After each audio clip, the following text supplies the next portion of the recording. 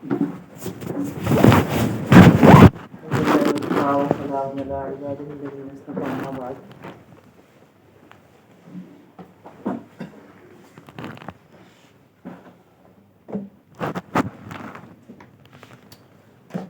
کرتے ہیں. اعوذ باللہ من الشیطان الرجیم. بسم اللہ الرحمن الرحیم.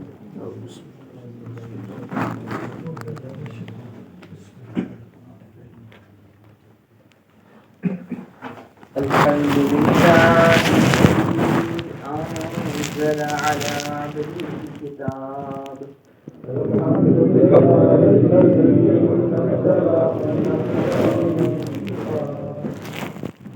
ولم يجعل له عوجا.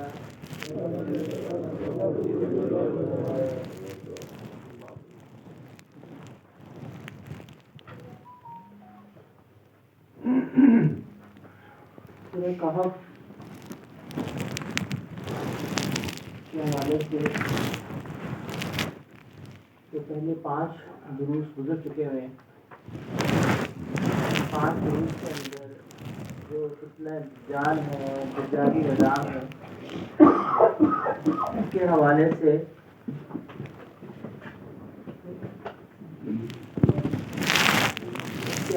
سے کلامت کیا،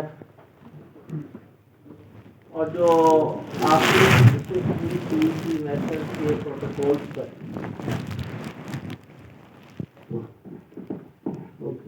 بقیہ جو پروٹوکولز ہیں ان کے حوالے سے بھی گفتگو انشاءاللہ آگے ذرا کچھ میں عرض کروں گا، لیکن تھوڑا سا اس کو ہم پوسٹ پون کیا،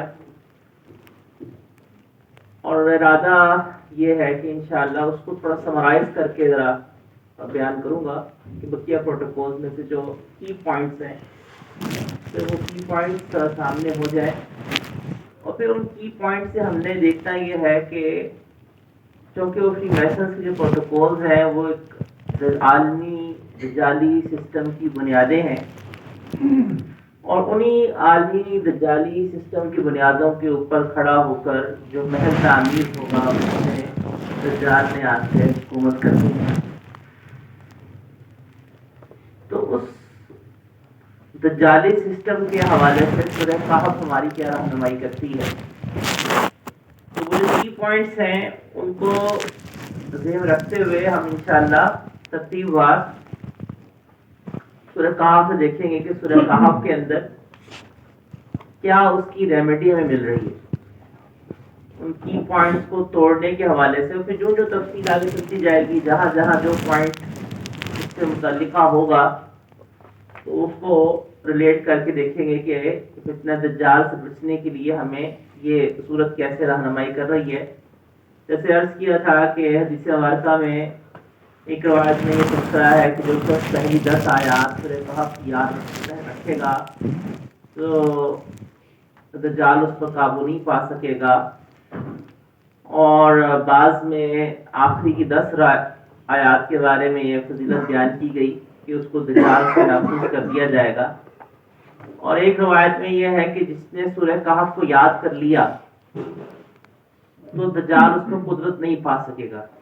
تو گویا کہ یہ بات اس بات کی طرف واضح انڈیکیشن دیتی ہے کہ اس صورت کے مضامین کو خاص طور پر کچھ دخل ہے دجالی فتنے سے حفاظت کے اندر بھی، اور یقیناً اس کے الفاظ کو بھی خاص دخل. اسی لیے حدیث مبارکہ میں اس کو پہلی 10 آیات یا آخری 10 آیات یاد کرنے کے حوالے سے تذکرہ فرمایا گیا. اور کم از کم یہ تو ہم میں سے ہر ایک کو کر لینا چاہیے کہ شروع کی 10 آیات اور آخر کی 10 آیات بھی تو ہم میں سے ہر ایک کو یاد کر لینا چاہیے. اگر کوئی شخص ہمت کرتا ہے پوری سورہ کہف کو یاد کر لیتا ہے تو بڑی اچھی بات ہے، اس تو آخر کوئی بات ہے ہی نہیں. اور خاص طور پہ جمعے کے دن میں اس کو پڑھنے کا جو اہتمام ہے، جیسے حدیث مبارکہ میں ارشاد فرمایا گیا کہ جو شخص پہلے 10 آیات پڑھتا ہے تو اس کے قد کے برابر نور پیدا ہوتا ہے، اور جو شخص پوری سورہ کہف کو پڑھتا ہے تو وہ نور اتنا بلند پیدا ہوتا ہے جو آسمان تک جاتا ہے. اور یہ آسمانوں تک جو نور ہے یہ قیامت کے دن اس کے کام آئے گا. اور یقیناً دجال کی فتنے سے محافظت کے لیے بھی یہ نور اس لحاظ سے کام آئے گا کیونکہ دجال اور اس کا تمام فتنہ اندھیرے ہیں، ظلمات ہیں. کیونکہ وہ اندھیرے ہیں، ان اندھیروں کے اندر روشنی چاہیے، نور چاہیے. تو نور کا ہم میں سے ہر ایک محتاج ہے. اس لیے احادیث مبارکہ کے اندر اللہ سے نور کو مانگا گیا ہے. اللہم اجعل فی قلبی نورا، اللہ میرے دل میں نور کو پیدا کر دیجئے. فی عینی نورا، میری نگاہوں میں نور کو پیدا کر دیجئے. فجر کی 2 سنتوں اور فرضوں کے درمیان میں یہ مصنون دعا آپ علیہ الصلوۃ والتسلیمات مانگا کرتے تھے. بہت پیاری دعا ہے کہ اللہم اجعل فی قلبی نورا، فی عینی نورا، فی لحمی نورا، فی بدنی نورا، فی ارضی نورا.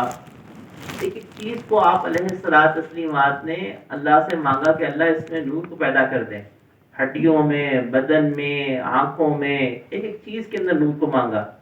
کیونکہ سیدھی سی بات ہے، جتنا دل میں نور ہوگا اتنا انسان نیکی کی طرف رغبت کرے گا اور اتنا ہی دل نیکی کرنے کو چاہے گا. اور جتنا قلب میں ظلمت اور اندھیرا ہوگا اتنا ہی نیکی میں سستی ہوگی، دین پر چلنے میں سستی ہوگی. دین پہ چلنے میں سستی کی جو بنیادی وجہ ہوتی ہے وہ قلب کے اندر اندھیرے ہوتے ہیں، قلب کے اندر ظلمت ہوتی ہے.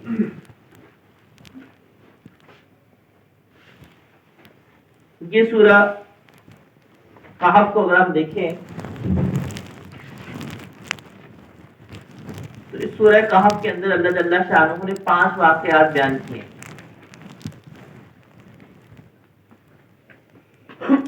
پہلا واقعہ اللہ جل شانہ نے اصحاب کہف کا بیان کیا. پھر اللہ جل شانہ نے سورت کے اندر 2 باغ والوں کا واقعہ بیان کیا. یہ دوسرا واقعہ ہے. پھر اللہ جل شانہ نے تیسرا واقعہ حضرت موسیٰ علیہ السلام کا بیان کیا. پھر اللہ جل شانہ نے حضرت موسیٰ علیہ السلام کے واقعے سے پہلے مختصراً جہاں 7واں رکوع شروع ہو رہا ہے وہاں پہ اللہ جل شانہ نے حضرت آدم علیہ السلام کا واقعہ بیان کیا. جیسے میں نے شروع میں عرض کیا تھا نا، سورہ کہف اور سورہ بنی اسرائیل کی بالکل پیر کی طرح چلتے ہیں. ان کے مضامین کا آپس میں بہت گہرا ربط ہے. سورہ بنی اسرائیل کے آغاز میں اور سورہ بنی اسرائیل کے اختتام کے اندر بنی اسرائیل اور یہود کے حوالے سے بہت زیادہ اہم امور پیچھے گزر چکے ہوئے ہیں. سورہ بنی اسرائیل کے اندر بھی اللہ جل شانہ نے مختصراً حضرت آدم علیہ السلام کا تخلیق کا ذکر کیا ہے اور حیرت انگیز طور پہ وہ بھی 7واں رکوع ہے. سورہ کہف کے اندر بھی اللہ جل شانہ نے جہاں پہ ذکر کیا حضرت آدم علیہ السلام کی تخلیق کا وہ بھی 7واں رکوع ہے. اور ان کی جو آیات ہیں، یعنی سورہ کہف کے اندر جو آدم علیہ السلام کی تخلیق کی آیت ہے، جو سورہ بنی اسرائیل کے اندر آدم علیہ السلام کی تخلیق کے حوالے سے آیت ہے، ان کے الفاظ بھی ملتے جلتے ہیں.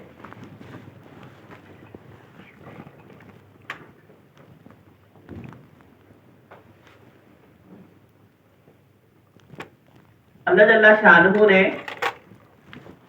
تو یہ چوتھا واقعہ ہے اور اس کے ساتھ 5واں واقعہ ذوالقرنین کا ہے. تو کل 5 واقعے ہیں. اصحاب کہف کا واقعہ، 2 باغ والوں کا واقعہ، حضرت آدم علیہ السلام کا واقعہ، موسیٰ علیہ السلام کا واقعہ اور اسی طرح سے حضرت ذوالقرنین کا واقعہ. اب ان 5 واقعات کے اندر اللہ جل شانہ نے جو نکات رکھے ہیں ان میں ترتیب وار جہاں جہاں وہ آیت آئے گی جیسا کہ ہماری ترتیب ہے کہ ان آیات میں نکات کو دیکھتے ہیں. اور پھر خاص طور پہ میں نے عرض کیا کہ ہم نے خاص طور پہ دجالی فتنے کے حوالے سے تو ان نکات کو خاص طور پہ دیکھنا ہے انشاءاللہ.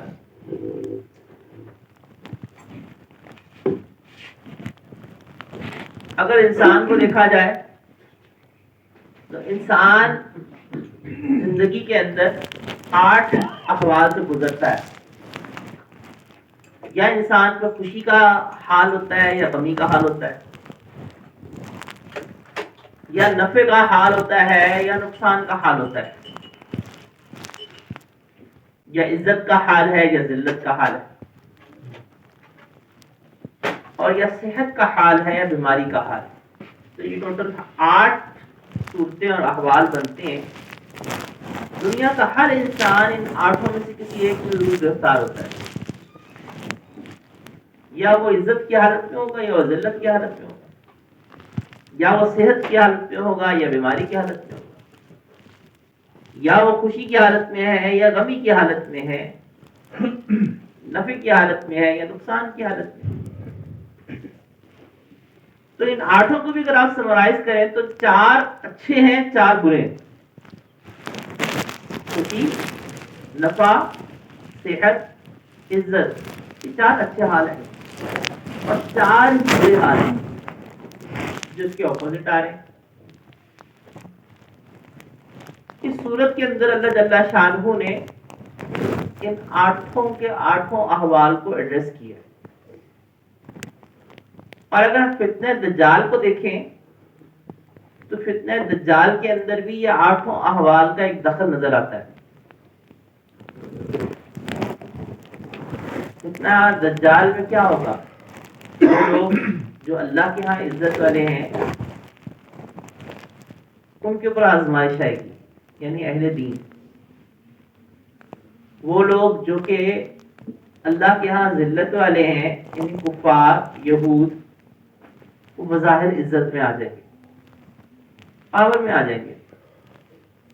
یہودی اپنی میکسیمم پاور میں اس وقت آئیں گے جب دجال نکلے گا، اور جب دجال ہوگا تو یہودی اپنی اس وقت سب سے زیادہ پاور پہ ہوں گے.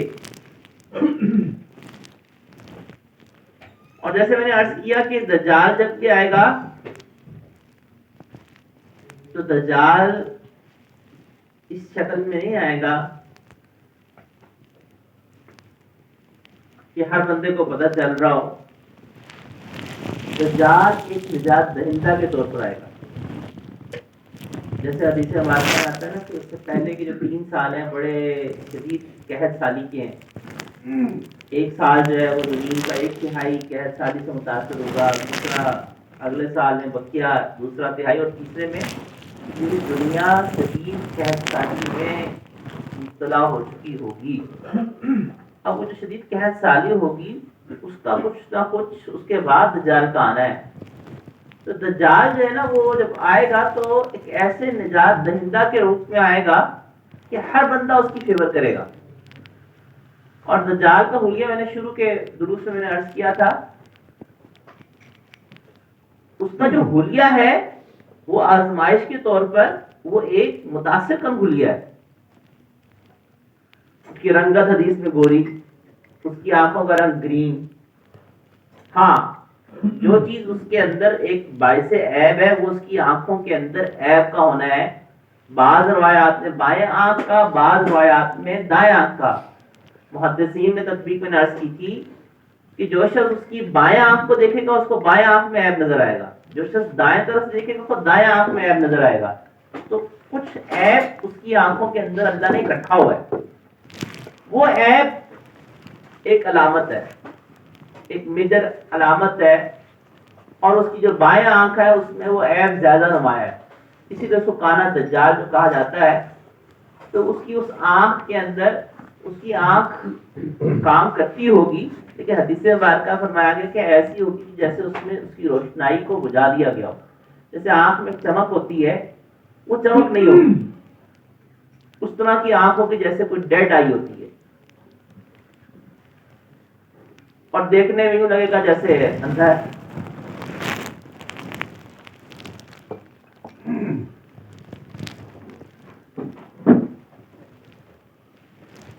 تو یہ 8 کے 8 احوال جو ہے وہ اس وقت اہل ایمان کی طرف متوجہ ہوں گے. مثلا حدیث مبارکہ میں فرمایا گیا کہ دجال کے ساتھ جو ہے وہ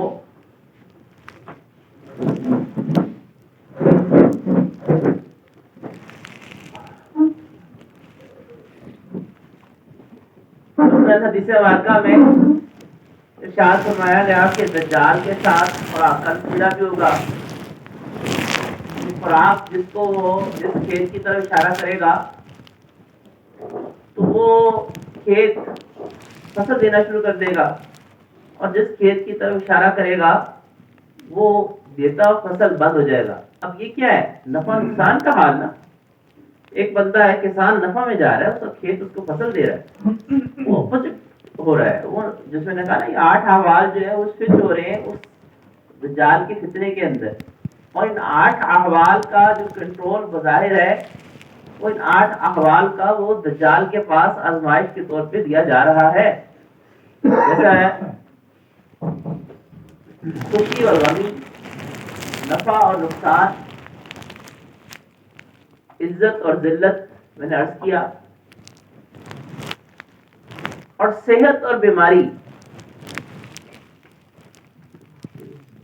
دجال جب آئے گا تو اپنے نہ ماننے والوں کے اوپر زندگی تنگ کرے گا۔ اور یہ شروع میں نے عرض کیا کہ جس طرح سے چیزیں بڑی تیزی سے اسمارٹ کنٹرول کی طرف جا رہی ہیں، اسمارٹ کنٹرول بڑے ہی آرام سے دجال کے ہاتھ میں چلا جائے گا۔ جو شخص کیا مال لیوا ہوگا اس کے اوپر ہر چیز کے دروازے کھلے ہوئے ہوں گے، اس کا بینک اکاؤنٹ بھی کام کر رہا ہوگا، اس کی آئیڈینٹی بھی کھلی ہوئی ہوگی، وہ ٹریول بھی کر سکے گا، وہ سب کچھ کر سکے گا۔ اور جو نہ ماننے والا ہو اس کے اوپر یہ سب چیزیں بند ہوں گی۔ جب بند ہوں گی تو یقیناً ایک اہل ایمان کے اوپر یہ آزمائش ہے، آنی ہے۔ ہاں، اس سے پہلے اللہ جل شانہ نے اہل ایمان کو ڈھارس دینے کے لیے امام مہدی کو جو ظہور ہے وہ اس سے پہلے اسی لیے کہ اہل ایمان کو وہ ڈھارس دینے کے لیے تو ہے۔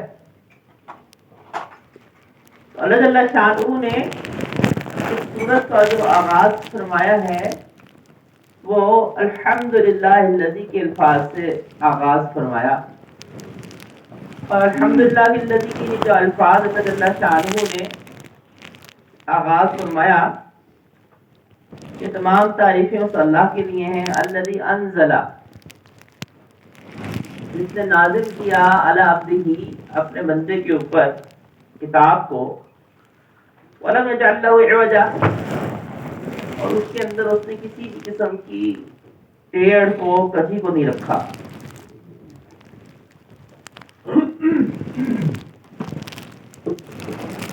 قرآن کریم کے اندر اللہ جل شانہ نے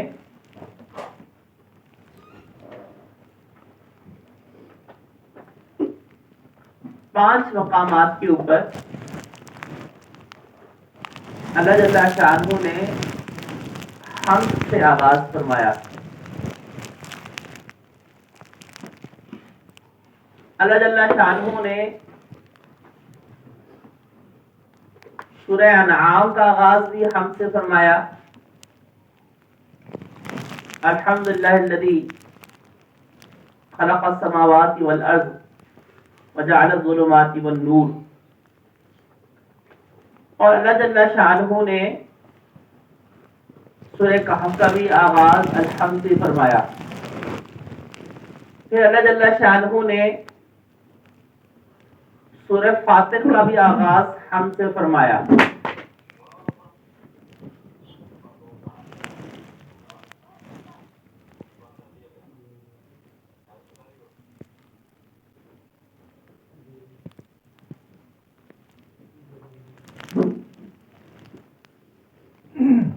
پھر اللہ جل شانہ نے سورہ فاتحہ کا آغاز حمد سے فرمایا۔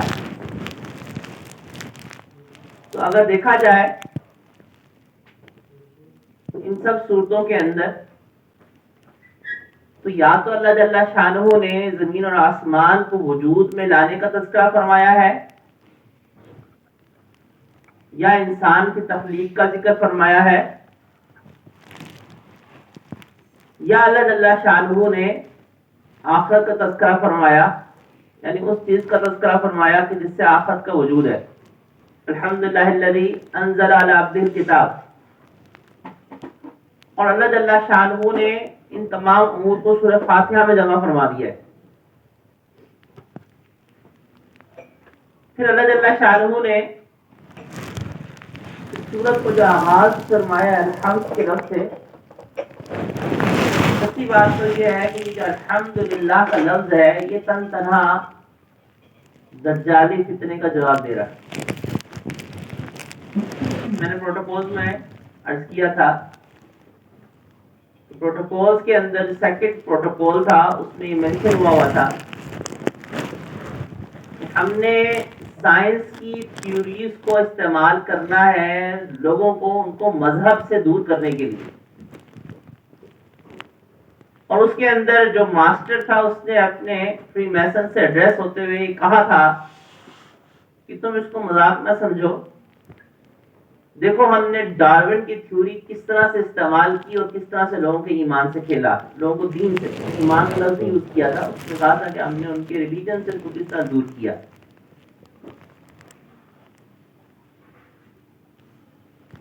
تو الحمدللہ کا جو لفظ ہے یہ تنہا اس ڈارون کی تھیوری کو اڑا کے رکھ رہا ہے. سیدھی سی بات ہے، بلکہ میں یہ کہوں کہ پورے الہاد کا جواب صرف ایک الحمدللہ میں اللہ نے رکھا ہے.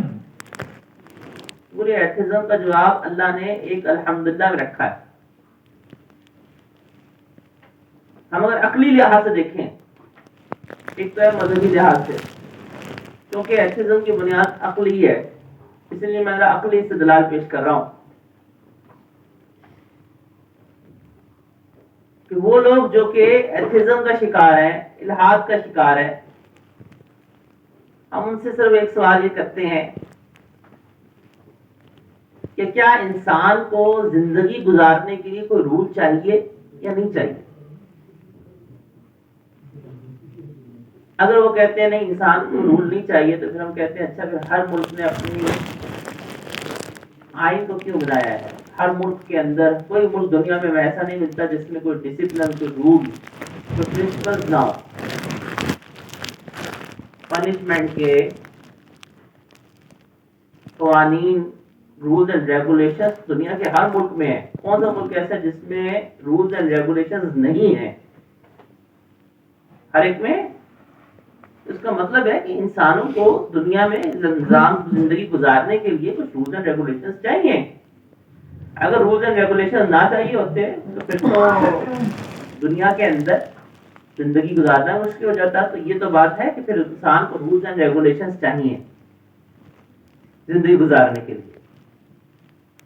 اب اگلی بات کا ہم یہ عقلی سے دلال پیش کرتے ہیں کہ اچھا اگر رولز اینڈ ریگولیشنز تم مانتے ہو کہ دنیا کے اندر انسان کو زندگی گزارنے کے لیے کچھ رولز چاہیے، کچھ ریگولیشنز چاہیے، تو پھر ہمارا یہ سوال ہے کہ یہ رولز اینڈ ریگولیشنز بنائے گا کون؟ ایتھیسٹ کہتے ہیں کہ جی انسان بنائے گا. ہم یہ کہتے ہیں کہ جی ایک انسان اور دوسرے انسان کے رول بنانے میں فرق ہوگا. یہ کچھ رول بنائیں گے، یہ کچھ رول بنائیں گے. ان کی تھنکنگ اور ہے، ان کی تھنکنگ اور ہے. ہر انسان کو اللہ نے مختلف اپروچز دی ہوئی ہیں. یہ حسنین کچھ اور بنائے گا، احسان صاحب کچھ اور بنائیں گے، حامد بھائی کچھ اور سمجھیں گے کہ نہیں اس چیز کو، نظام کو چلانے کے لیے یہ رول بھی ہونا چاہیے. تو رولز میں ہر انسان کی تھنکنگ میں تو اختلاف آئے گا، تو پھر اتفاق کیسے ہوگا؟ اگر آپ نے تمام ہیومینٹی کو دیکھنا ہے، تمام انسانیت کو دیکھنا ہے، تو اتفاق کیسے ہوگا؟ تو ہم یہ کہتے ہیں کہ اگر انسان کے پاس کیپیسٹی ہوتی کہ وہ زندگی گزارنے کے لیے رولز اینڈ ریگولیشنز بنا سکا ہوتا، تو رولز اینڈ ریگولیشنز میں ڈفرنس نہ نظر آتا ہے. ہمیں تو بہت زیادہ ڈفرنس نظر آتا ہے. ہر ملک کے اپنے قوانین ہیں. بعض قوانین ایسے مذہقہ خیز ہیں، آپ انسان کہتے ہیں کہ یار یہ کیا قانون ہے، یہ بھی کوئی قانون ہے، لیکن وہ ملک کے لوگوں کے لیے وہ سمجھتے کہ نہیں یہ قانون ہونا چاہیے. ہم یہ کہتے ہیں کہ قانون بنانے کا حق انسان کو نہیں ہے، بلکہ قانون بنانے کا حق اس ذات کو ہے کہ جس نے انسان کو بنایا. دلیل کیا ہے عقلی؟ مشین کو چلانے کا جو مینول ہوتا ہے وہ ڈیزائن بائی دی انجینئر ہوتا ہے. جس انجینئر نے اس مشین کو ڈیزائن کیا ہوتا ہے وہی کمپنی اس کا مینول دیتی ہے کہ اس کو آپریٹ کیسے کرنا ہے. اس کا مینول میں تو نہیں بناؤں گا. ڈیزائن جس کمپنی نے کیا ہے کمپنی اس کو مینول دے گی، وہ کمپنی اس کی انسٹرکشن دے گی کہ اس مشین کو رن کس طرح سے کرنا ہے، اس کو چلانا کیسے ہے. جب کائنات کو اللہ کی ذات نے بنایا تو حق بھی اسی کا ہے. تو اس کائنات کے اندر اور اس انسان کو زندگی گزارنے کے لیے قوانین بھی وہی دے، اور اس کی انہی قوانین کا نام ہے انزل علی عبدہ الکتاب، قرآن.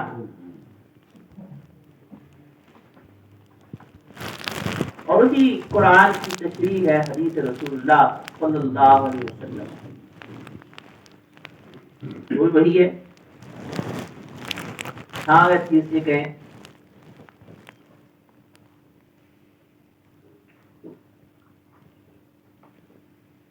کہ کائنات تو خود بخود وجود میں آئی،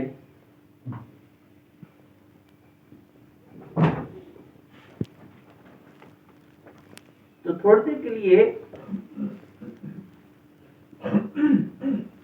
ہم سائنس کی بات جانتے ہیں. سائنس کیا کہتی ہے کائنات کے وجود میں آنے کی؟ Famous theory big bang theory ہے. اگر سے بگ بینگ تھیوری کے علاوہ اور تھیوری کی کائنات کی آباد کے اوپر یہ چیزیں ہی نہیں ہے، ان کو بھی کرٹیسزم ہوا ہے.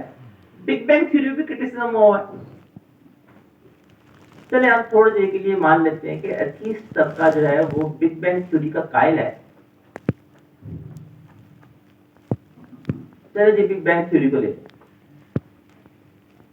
سائنس کا ایک رول ہے،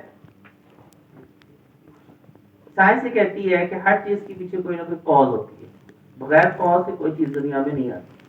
سائنس بھی کاز کو تلاش کرتی ہے، کہتے ہیں ریزن ہے، ہر چیز کی ریزن ہے. بالکل ہم مان لیتے ہیں، ٹھیک ہے، ہم نے بات بالکل درست مان لی، ٹھیک ہے، ہر چیز کی ریزن ہے. تو obviously کائنات کی تخلیق اور کائنات کے بننے کے اوپر کہتے ہیں کہ زمین اور آسمان سب ایک تھے، ایک دھماکہ ہوا اور اس دھماکے سے سب چیزیں پھٹیں. اس کے بعد گلیکسیز بننا شروع ہوئی، لاکھوں بلین ایئر بن گئے ان گلیکسیز کو بننے میں. کچھ دھماکہ ہوا، وہ ٹھنڈا ہونا شروع ہوا، ان گلیکسیز کے مادے ٹھنڈے ہونا شروع ہوئے، اسٹارز بننا شروع ہوئے، ان میں پلینٹس بننا شروع ہوئے. شروع میں یہ بہت زیادہ گرم تھے، پھر آہستہ آہستہ ٹھنڈا ہونا شروع ہوئے. قرآن کریم اس بات کی تائید تو کرتا ہے کہ زمین اور آسمان کانتا رتقا، دونوں باہم ملے ہوئے تھے.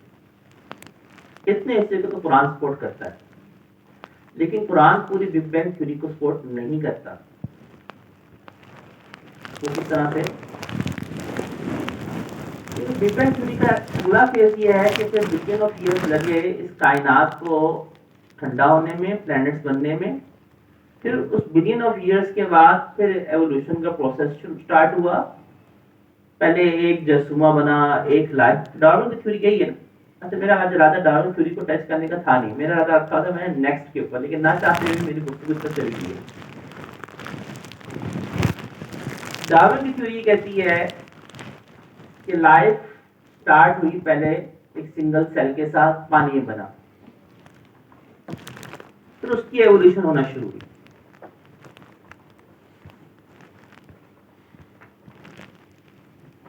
اور جب ایوولوشن ہونا شروع ہوئی، ترقی ہونا شروع ہوئی، تو جو کمزور مخلوقات بننا شروع ہوئی، طاقتور مخلوقات نے کمزور کو ہڑپ کر لیا. اور جب طاقتور مخلوقات نے ہڑپ باقی رہ گئی پیچھے، تو آہستہ آہستہ ان میں چینج آتی گئی. چینج آتے آتے آتے آتے آتے تو وہ ڈیولپ اپنے آپ کو کرتا گیا، اور اسپیشیز پھر مختلف فارم میں ٹرانسفر ہوتے ہوتے ہوتے ہوتے ہوتے ایک وقت آیا کہ انسان بن گیا. اور اس کا اسٹارٹنگ فیز جو تھا وہ چمپینزی اور منکی سے تھا.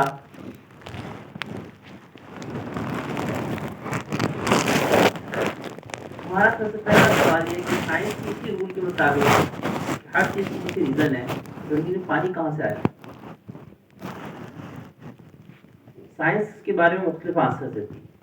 ایک تھیوری یہ پیش کی جاتی ہے کہ ایک بہت بڑا کانسیپٹ تھا، وہ زمین سے ٹکرایا، اس کے اوپر جو پانی تھا وہ زمین میں ٹرانسفر ہو گیا. دوسرا تھیوری یہ پیش کی جاتی ہے کہ اس زمین کے اوپر بے تحاشا بارشیں ہوئی اور ان بے تحاشا بارشوں سے سمندر بن گئے اور پانی پانی ہو گیا. سوال یہ ہے کہ سائنس کی اسی روح کے پیچھے کہ ہر چیز کے پیچھے کاز ہے کہ بادلوں میں پانی کہاں سے آ گیا؟ بادل میں تو پانی سائنس کہتی ہے کہ وہ ایپریشن سے جمع ہوتا ہے. میں سائنس کی بات کر رہا ہوں, مطلب کی بات کبھی نہیں لے کر آیا. سائنس یہ کہتی ہے کہ ایپریشن سے پانی اوپر جاتا ہے, بادلوں میں جمع ہوتا ہے. تو زمین میں تو پانی تھا, زمین تو تپتی تھی, گرم تھی, اور پھر سے زمین میں ہی پانی کیوں برسا, مارس میں کیوں نہیں برس گیا؟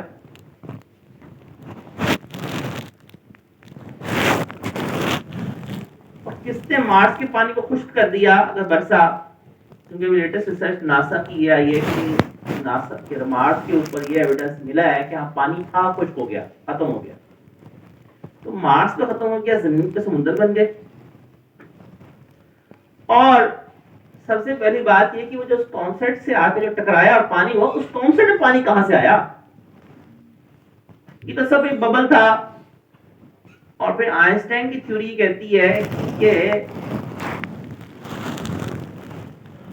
Energy can not be created nor destroyed. Energy کو پیدا نہیں کیا جا سکتا, نہ ڈسٹروائے کیا جا سکتا, یہ ایک شکل دوسری شکل میں ٹرانسفارم ہوتی ہے.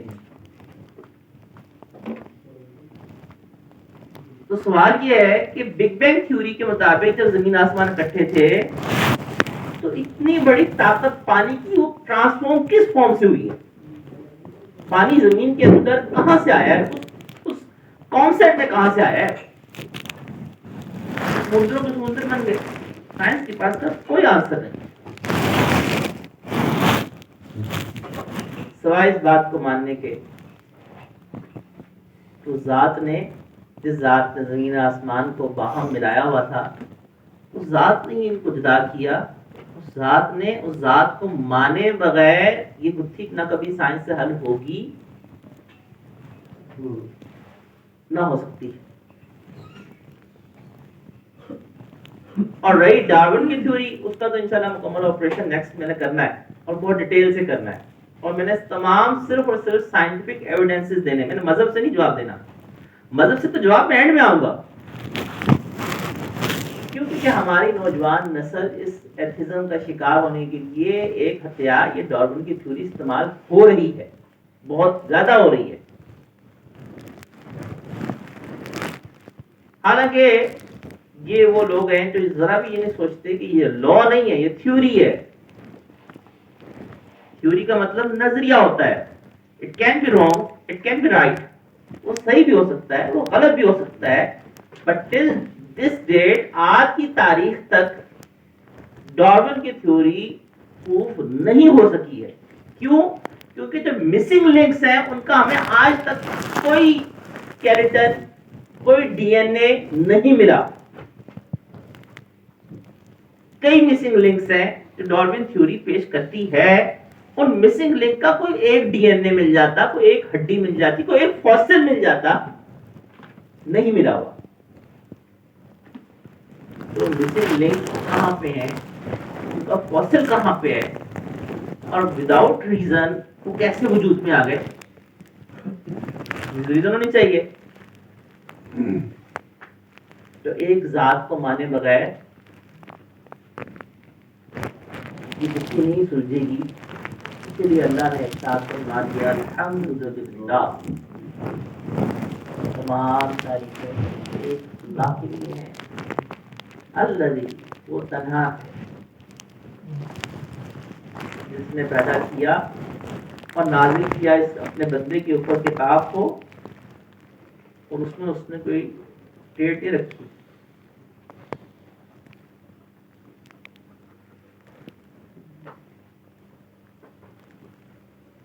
اللہ جل شانہ نے اس آیت کے تصرفات کی طرف ذرا دیکھتے ہیں.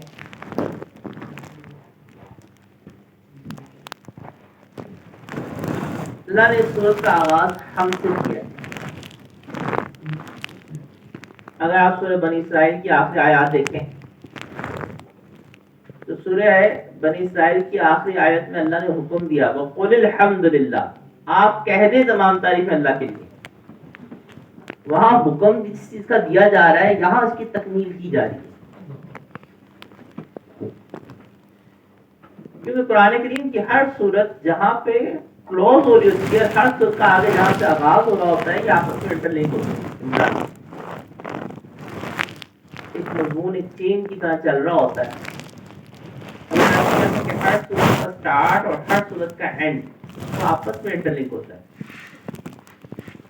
اور تو قرآن بولتا ہے، باتیں کرتا ہے. کیسے باتیں کرتا ہے ذرا سنیے. الحمدللہ کہ اللہ نے ارشاد فرمایا کہ تمام تعریفیں اس اللہ کے لیے ہیں.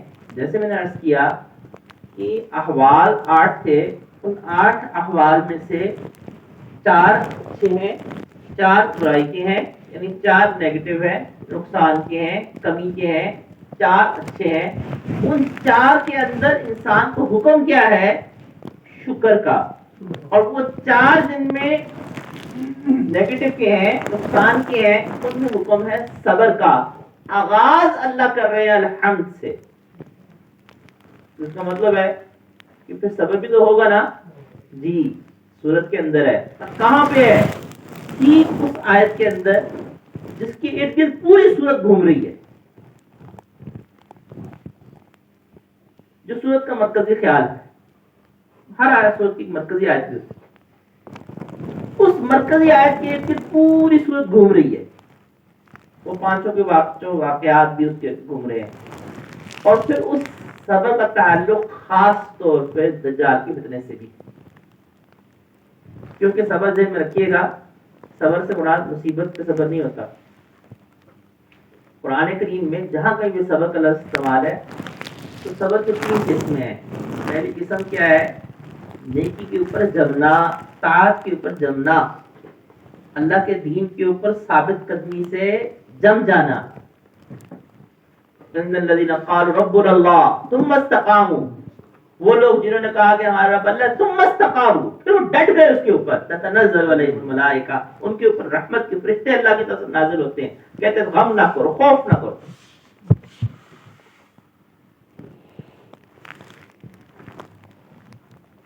دجال جب آئے گا سب سے مشکل یہی کام ہے، دین کے اوپر جمنا. دوسرا صبر کا معنی کیا ہے؟ معصیت سے بچنا، نافرمانی سے بچنا، گناہوں سے اپنے آپ کو روکنا.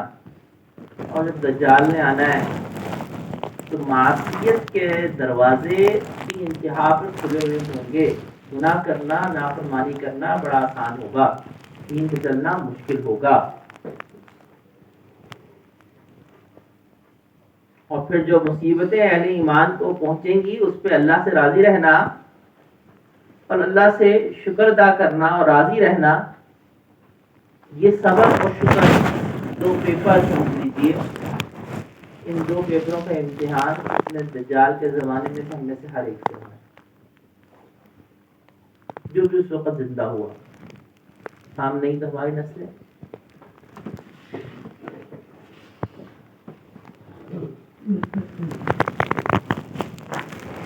اللہ نے ہم کو سب سے پہلے سٹارٹنگ میں لا کے بتا دیا کہ دیکھو یہ جو پہلے 4 احوال ہیں، عزت کے، صحت کے، خوشی کے، نفع کے، ان میں تمہارا امتحان شکر کے ساتھ ہے.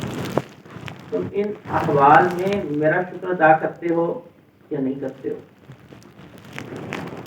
اور اگر اس 5 واقعات کو دیکھیں جو کہ سورہ کہف میں بھی بیان کیے گئے ہیں تو ان کے اندر بھی ہمیں یہ نظر آ رہا ہے.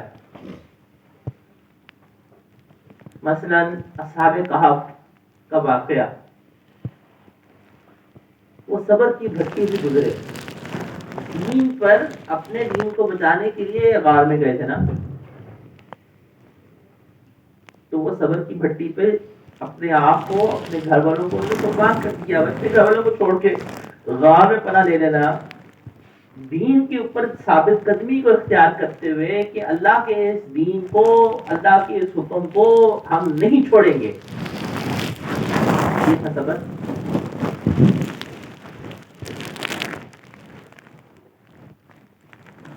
اور جب ان کے اوپر اللہ نے جگانے کے بعد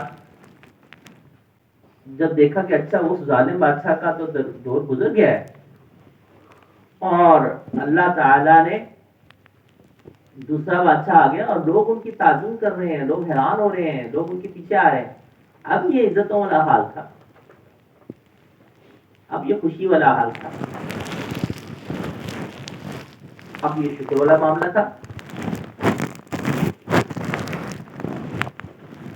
دو باغ والوں کے واقعے میں دیکھیں تو اس میں تو ہے ہی سارا صبر و شکر۔ ایک باغ والے کو اللہ نے نعمتیں دی، اس نے ناشکری کی، اس نے کہا سب کچھ میں نے بنایا، سب کچھ میری محنت ہے، تم کہاں سے آ گئے مجھے نصیحت کرنے والے؟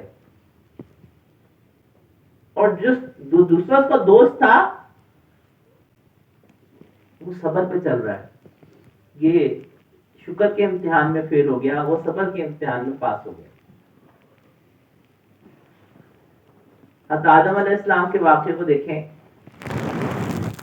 جب جنت میں تھے شکر والا حال، اور جب دنیا میں طاعت کیے گئے صبر والا حال ہے، اور وہ دونوں میں کامیاب ہوئے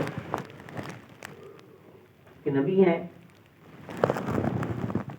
موسیٰ علیہ السلام کے واقعے میں دیکھیں تو وہاں پہ تو ان کا ٹیسٹ ہی صبر سے لیا گیا ہے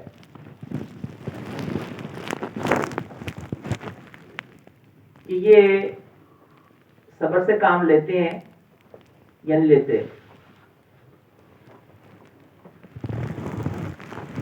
اور اسی طرح سے ذوالقرنین کے واقعے میں دیکھیں تو وہاں شکر کا ایک امتحان نظر آتا ہے۔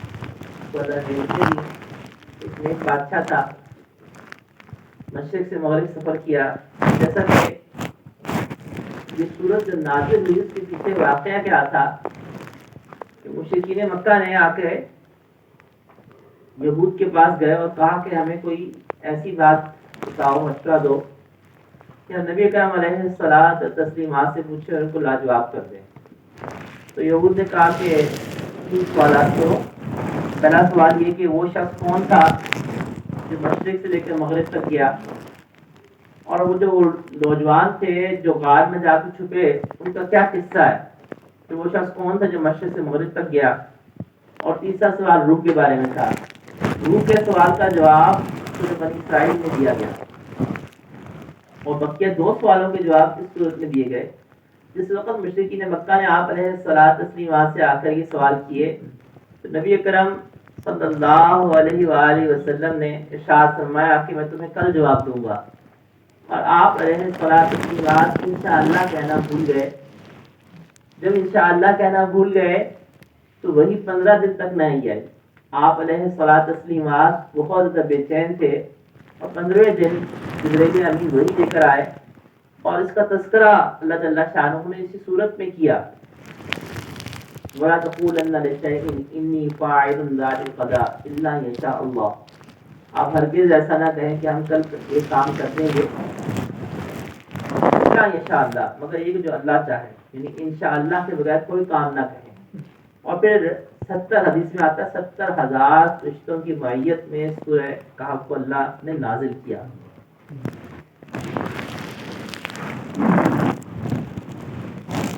تو الحمدللہ کا لفظ پوری جعلی فکر کے اندر جو ایک اہم اصول ہے ڈارون کی تھیوری، اس کو اور الحاد کو اڑا کے رکھتا ہے۔ الحمدللہ انزل علی عبدہ الکتاب، یہ وہ کتاب ہے جس کو اللہ نے اکٹھا اتارا۔ یہاں اللہ نے انزلہ کا لفظ استعمال کیا ہے۔ قرآن کریم میں قرآن کریم کو نازل کرنے اتارنے کے لیے اللہ نے انزلہ باب افعال سے بھی استعمال فرمایا ہے، اور نزلہ باب تفعیل سے بھی استعمال فرمایا ہے۔ لفظی ترجمہ تو دونوں کا اتارنا ہے، لیکن انزال میں اور تنزیل میں فرق ہے۔ انزال اکٹھا اتارنا ہے ایک بات، اور تنزیل تھوڑا تھوڑا کر کے نازل ہونا ہے۔ کیونکہ قرآن کریم کے دو نزول ہیں، ایک نزول وہ جو کہ لوح محفوظ سے آسمان دنیا پہ ہوا، ایک ہی رات میں ہوا، جس کو ہم لیلۃ القدر کہتے ہیں۔ دوسرا وہ نزول ہے جو کہ آسمان دنیا سے نبی اکرم صلی اللہ علیہ وآلہ وسلم پر 20 سال کے عرصے میں ہوا، یہ دوسرا نزول ہے. دوسرے نزول کی طرف اشارہ کرنے کے لیے اللہ نے نزلنا، تنزیل یہ لفظ استعمال کیے.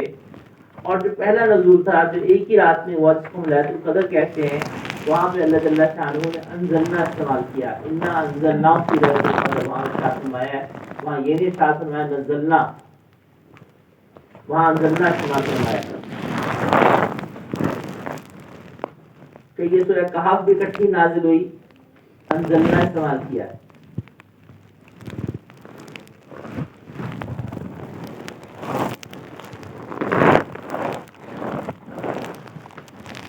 اگلا نقطہ دیکھیے گا کہ اللہ جل شانہ نے عبد کے لفظ کو استعمال کیا ہے، اور یہی عبد کا لفظ اللہ نے سورہ بنی اسرائیل میں ذکر فرمایا، سبحان الذی اسری بعبدہ.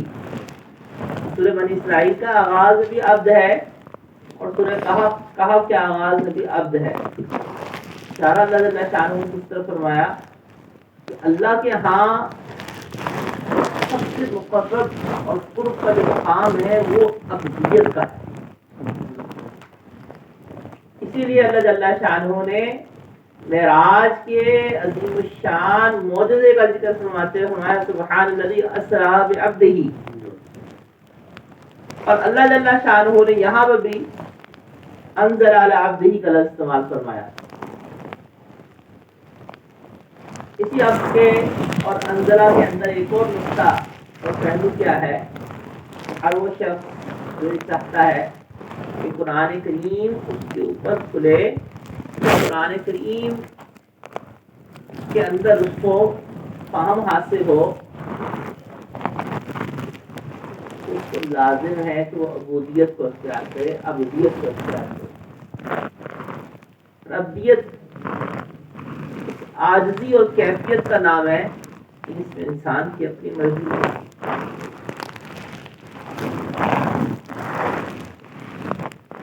عبودیت کا لفظ اس مٹی کے لیے بھی بولا جاتا ہے جو چلتے چلتے چلتے چلتے بالکل پاؤڈر نہیں بن جاتی، بالکل پس جاتی ہے. وہ جو پسی ہوئی چیز ہوتی ہے نا، اس کی اپنی کوئی حیثیت نہیں رہی، ختم ہو گئی، مٹا دیا بالکل. جو عبد ہوتا ہے نا اس کی اپنی کوئی مرضی نہیں ہوتی، اس کی مرضی وہی ہوتی ہے جو اللہ کی مرضی ہوتی ہے. اس کی مرضی وہی ہوتی ہے جو اللہ چاہتا ہے. وہ اپنے نفس کا بندہ نہیں بنتا، وہ اللہ کا بندہ بنتا ہے. اور اللہ ہم سب کے لیے چاہتے ہیں تم میرے بندے بنو، اپنے نفس کے بندے مت بنو. تم میری بات مان کے چلو، نفس اور شیطان کی بات مان کر مت کرو. قرآن کا کھلنا، قرآن فہمی کا حاصل ہونا یہ عاجزی کے ساتھ ہوا ہوا. یہ ہو نہیں سکتا اس تکبر کا اظہار کرے اور گناہوں کو نہ چھوڑے اور اس کو اللہ جل شانہ قرآن کا نور اور اس کے معنی حاصل ہو جائے. اس کے لیے ضروری ہے گناہوں کو چھوڑنا، اس کے لیے ضروری ہے عاجزی کو اختیار کرنا.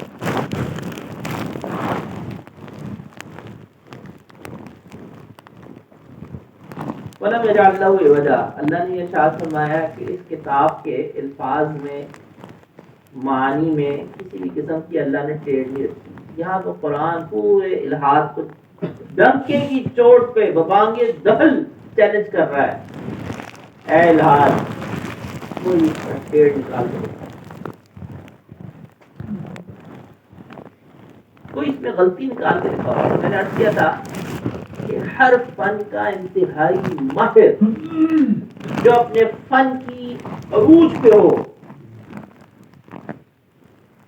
وہ شخص جس کو بایولوجی میں کہے کہ میں بایولوجی کے عروج پہ پہنچ گیا ہوں، وہ شخص جو سائیکالوجی کی عروج پہ ہو، وہ کہے کہ بس میں اس فن کی انتہا پہنچا ہوں. وہ اس کو قرآن چیلنج کرتا ہے کہ تم اپنے اس فن کو استعمال کرو اور اس فن کے مطابق اس قرآن میں کوئی غلطی نکال دے نہیں.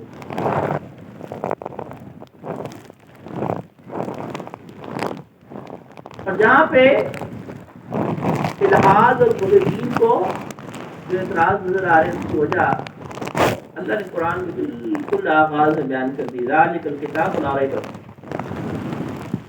کتاب میں کوئی شک نہیں ہے. ریب کیفیت کو کہتے ہیں کہ جب کوئی شخص دور ہو اور دور سے کوئی چیز واضح نظر نہ آئے, دھندلی نظر آئے, لیکن وہ چیز خود واضح ہے, اور جو اس کو واضح نظر نہیں آ رہی وہ اس لیے نظر نہیں آ رہی کہ درمیان میں دھواں ہے, گرد و غبار ہے, یا وہ شخص دور ہے. تمام کفار کے اعتراضات کا یہ حال ہے. کتاب اللہ میں کوئی ٹیڑھ نہیں, کتاب اللہ میں کوئی غلطی نہیں. جو شخص بھی تعصب کے دھوئیں کو, تعصب کے گرد و غبار کو سائڈ پر کر کے اس کتاب اللہ کو کھولے گا وہ ایمان لے آئے گا. فرماتے ہیں کتنی بیسیوں ہزاروں نان مسلمز ہیں کہ جنہوں نے تعصب کو سائڈ پہ کیا اور جب اس قرآن کو پڑھنا شروع کیا, ایمان کی دولت سے اللہ نے برابر کر دیا, وہ کرتے رہیں. اس قرآن کی الفاظ بھی کوئی وقتی نہیں ہے, اس کے معانی بھی کوئی وقتی نہیں.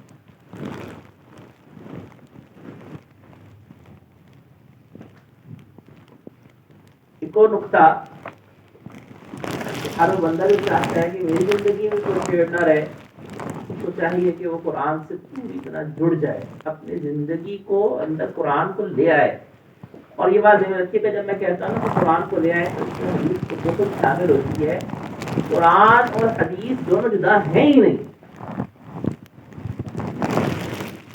قرآن نازل اللہ کے رسول علیہ الصلوۃ والتسلیمات پہ ہوا, قرآن کو سمجھایا کس نے؟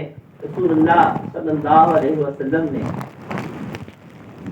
تو جو آپ علیہ الصلوۃ والتسلیمات نے سمجھایا اس کا نام تو حدیث ہے.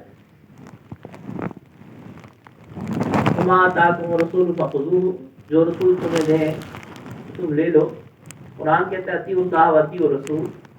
اطاعت رسول حدیث کے بغیر ممکن ہی نہیں ہے. ہمیں کیسے ایک شخص کہتا ہے کہ میں اطاعت رسول کرنا چاہتا ہوں, قرآن کی حکم پہ عمل ہی نہیں کر سکتا حدیث کے بغیر. وما آتاکم الرسول, رسول نے جو تمہیں دیا تم وہ لے لو. جو رسول علیہ الصلوۃ والتسلیمات نے دیا وہ حدیث ہے, اس بغیر ہم اس کو کیسے لے سکتے ہیں؟ ایک شخص کہتے ہیں میں نے اطاعت پہ عمل کرنا ہے, تو حدیث کے بغیر ممکن ہی نہیں. اور قرآن اور حدیث کے اولین شاگرد صحابہ ہیں. تو صحابہ کرام رضوان اللہ اجمعین کو ملائے بغیر یہ سکون مکمل نہیں ہوتی. صحابہ کرام رضوان اجمعین نے اس قرآن کو سمجھا, سیکھا, عمل کیا اور ہم تک پہنچایا. یہ وہ مبارک جماعت ہے کہ جس نے قرآن کے الفاظ کو نقل کیا ہم تک, اور اسی مبارک جماعت نے احادیث کو نقل کیا ہے. تو ہر وہ شخص جو چاہتا ہے کہ اس کی زندگی میں ٹیڑھ نہ رہے, تو چاہیے کہ وہ قرآن اور سنت کو اپنی زندگی میں لے آئے. اس کی زندگی سے ٹیڑھ سے دور ہو جائے گی. وآخر دعوانا الحمدللہ رب العالمین.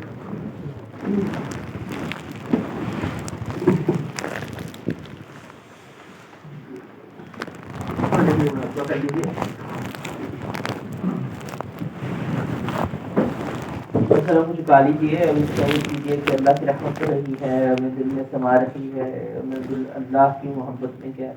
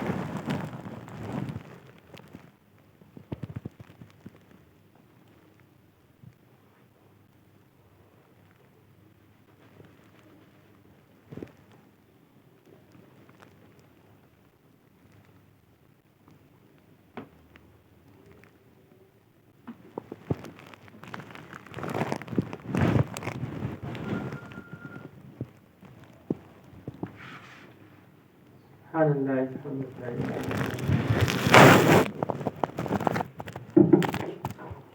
اللهم صل على سيدنا مولانا محمد وعلى آل سيدنا مولانا محمد يا ارحم الراحمين يا ارحم الراحمين يا ارحم الراحمين یا اللہ ظاہر کے بندے ہیں حقیقت میں اللہ گناہوں سے ہیں اللہ ہمارے ظاہر کو بھی سنوار دیجیے اللہ ہمارے باطن کو بھی سنوار دیجیے اللہ ہمارے باطن کی تمام غلاظت کو تمام گناہوں کی آلودگی کو اللہ اپنی رحمت سے دھو ڈالیے اللہ ہمارے باطن کو منور کر دیجیے اللہ اجلا کر دیجیے اللہ اس طرح اجلا کر دیجیے کہ اللہ اس دل میں آپ بس جائیں اللہ اس دل میں اپنی شدید محبت عطا فرما دیجیے اللہ اس دل کو اپنی شدید محبت سے لبریز فرما دیجیے اللہ اس دل کو اپنے حبیب علیہ الصلوۃ تسلیمات کی شدید محبت سے لبریز فرما دیجیے اللہ اتنی شدید محبت کہ ہم سنتوں پہ عمل کیے بغیر رہ نہ سکیں اللہ دین پہ چلنا ہمارے لیے آسان فرما دیجیے گناہوں پہ چھوڑنا ہمارے لیے آسان فرما دیجیے اللہ اپنا قرب خاص عطا فرمائیے اللہ تقوی عطا فرمائیے اللہ پاک دامنی کی حفاظت فرمائیے اللہ ہمارے نوجوان نسلوں کو اللہ پاک دامنی عطا فرما اللہ ان کی پاک دامنی کی حفاظت فرما یا ارحم الراحمین یا ارحم الراحمین یا ارحم الراحمین اللہ اس قرآن کا نور ہمارے سینوں میں داخل فرما اللہ ہم سے ہر ایک کی قبر کو اللہ اس قرآن کے نور سے منور کر دیجئے اللہ قرآن کے نور سے اللہ ہمیں پورے صراط پہ بجلی کی تیزی سے گزروا دیجئے اللہ اپنے عرش کا سایہ نصیب فرما دیجئے اللہ کسی ایک کو قیامت کے دن اللہ ذلیل رسوا نہ فرمائیے گا اللہ قیامت کی ذلت و رسوائی سے بچا لیجئے اللہ فتنہ دجال سے بچا لیجئے اللہ فتنہ دجال سے اللہ آپ کی پناہ مانگتے ہیں اللہ آپ کی حفاظت کے بغیر نہ ہم بچ سکتے ہیں نہ ہماری نسلیں بچ سکیں گی اللہ ہم سب کی ایمان کی حفاظت فرما اللہ پاکستان کی حفاظت فرما اللہ پاکستان کے اندر اللہ جو شخص بھی اللہ دین کا کام کر رہا ہے اور پوری دنیا کے اندر اللہ جو شخص بھی دین کا کام کر رہا ہے اللہ سب کی مدد فرما اللہ وہ لوگ جو تیرے دین کی محنت کے لیے اللہ تبلیغ فرم کر رہے ہیں اللہ ان کی مدد و نصرت فرما اللہ جو لوگ دعوت و تبلیغ کی کام سے وابستہ ہیں ان کی مدد و نصرت فرما اللہ وہ لوگ جو مدارس میں تیرے دین کو سکھا رہے ہیں اللہ ان کی پوری دنیا میں اللہ سب کی حفاظت فرما اللہ جن خانقاہوں میں اللہ ہوتی ہے اللہ ان کی مدد و نصرت فرما اور حفاظت فرما اللہ وہ لوگ جو تیرے دین کو سر بلند کرنے کے لیے اللہ اپنی جان کی بازی لگاتے ہیں اللہ ان کی مدد و نصرت فرما یا اللہ غزہ کے مجاہدین کی مدد فرما اللہ غزہ کے مظلوم مسلمانوں کی مدد فرما اللہ کشمیر کے مظلوم مسلمانوں کی مدد فرما اللہ پوری دنیا میں جہاں کہیں بھی مسلمان ہے اللہ سب کی مدد و نصرت فرما یا ارحم الراحمین ہم میں سے ہر ایک کو پیارے حبیب علیہ الصلوۃ تسلیمات کی شفاعت نصیب فرما حوض کوثر نصیب فرما اللہ جو لوگ یہاں پہ آئے ہوئے ہیں اور جو دور بیٹھے ہوئے ہیں اللہ سب کو اپنے مقرب بندے بندیوں میں شامل فرما سب کو اپنے مقرب بندے بندیوں میں شامل فرما یا اللہ ہر پہ بھی رحمت و برکت نازل فرما اور صلی اللہ تعالی علی خیر خلق مولانا محمد وعلی آلہ وصحبہ اجمعین